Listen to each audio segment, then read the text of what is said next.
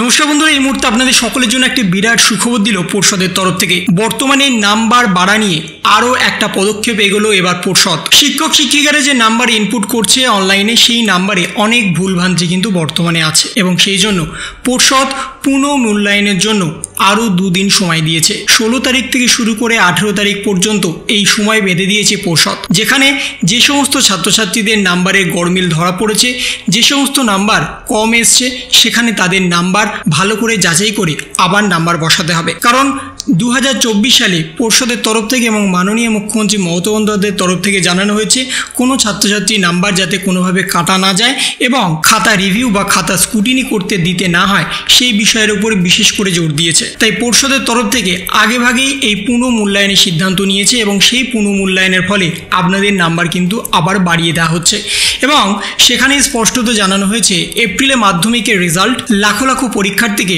Number দেওয়া নিয়ে বড় ঘোষণা। এপ্রিল মাসের মধ্যেই মাধ্যমিকের রেজাল্ট কি?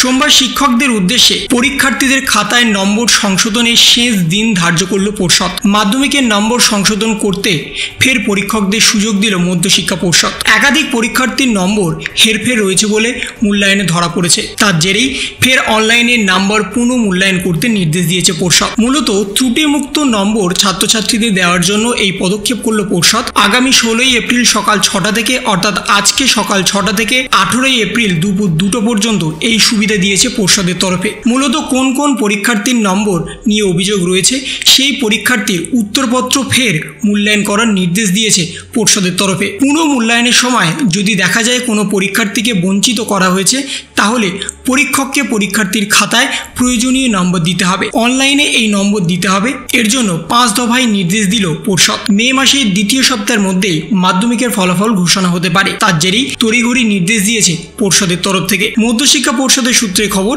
ভোট চলাকালীন মে মাসের দ্বিতীয় সপ্তাহের দিকে প্রকাশিত হতে পারে এবছরে মাধ্যমিকের ফল। পর্ষদ সূত্রের খবর অনুযায়ী wbresult.nic.in এবং www.wbbsc.wb.gov.in এই অফিসিয়াল ওয়েবসাইটে পরীক্ষার্থীরা তাদের রেজাল্ট দেখতে পারবে এবং ডাউনলোডও করতে পারবে। 2024 সালে আপনাদের যে নাম্বার বাড়ানোর একটা প্রক্রিয়া ইতিমধ্যেই শুরু করেছে পর্ষদের তরফ থেকে। সেক্ষেত্রে যদি কোনো ছাত্রছাত্রীর নাম্বার কম আসে বা যদি কোনো ছাত্রছাত্রীর মূল্যায়নে নাম্বারে গরমিল ধরা পড়ে, তাহলে কিন্তু তাদের খাতা পুনঃমূল্যায়ন করার জন্য নির্দেশ দেওয়া হয়েছে। কোনো ছাত্রছাত্রীকে কোনোভাবে বঞ্চিত করা যাবে না, এ বিষয়ে কিন্তু বিশেষভাবে নোটিফিকেশনে জারি করেছে পর্ষদের তরফ থেকে। তার জেরে আপনাদের কিন্তু পাশ করার হার আরও বাড়বে, আপনাদের নাম্বার পাওয়ার হার আরও বাড়বে এবং আপনারা 2024 সালে ভালোভাবে পাশ করে ক্লাস 11-এ আপনারা কিন্তু উঠতে পারবেন। তার সাথে উচ্চ মাধ্যমিকের ক্ষেত্রেও কিন্তু সেই একই পদ্ধতি অবলম্বন করেছে উচ্চ মাধ্যমিক শিক্ষা সংসদের সভাপতি চিরঞ্জীব ভট্টাচার্য। তাদেরও ডেট এক্সটেন্ড করা হয়েছে, অর্থাৎ পুনঃমূল্যায়নের ডেট কিন্তু দিয়ে দেওয়া হয়েছে। সেই ডেটের মধ্যে সমস্ত ছাত্রছাত্রীদের খাতা পুনঃমূল্যায়ন করতে হবে এবং সেই ডেটে যদি কোনো ছাত্রছাত্রীর নাম্বারে গরমিল বা যদি কোনো ছাত্রছাত্রীর নাম্বার কম আসে, তাহলে সেই খাতা আবার রিচেক করা হবে।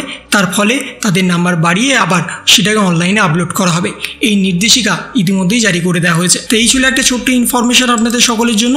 যদি আপনাদের ভিডিওটা ভালো লেগে থাকে তবে লাইক করুন, শেয়ার করুন এবং অবশ্যই সাবস্ক্রাইব করুন। তার পাশাপাশি আপনার মতামত কমেন্টের মাধ্যমে জানান।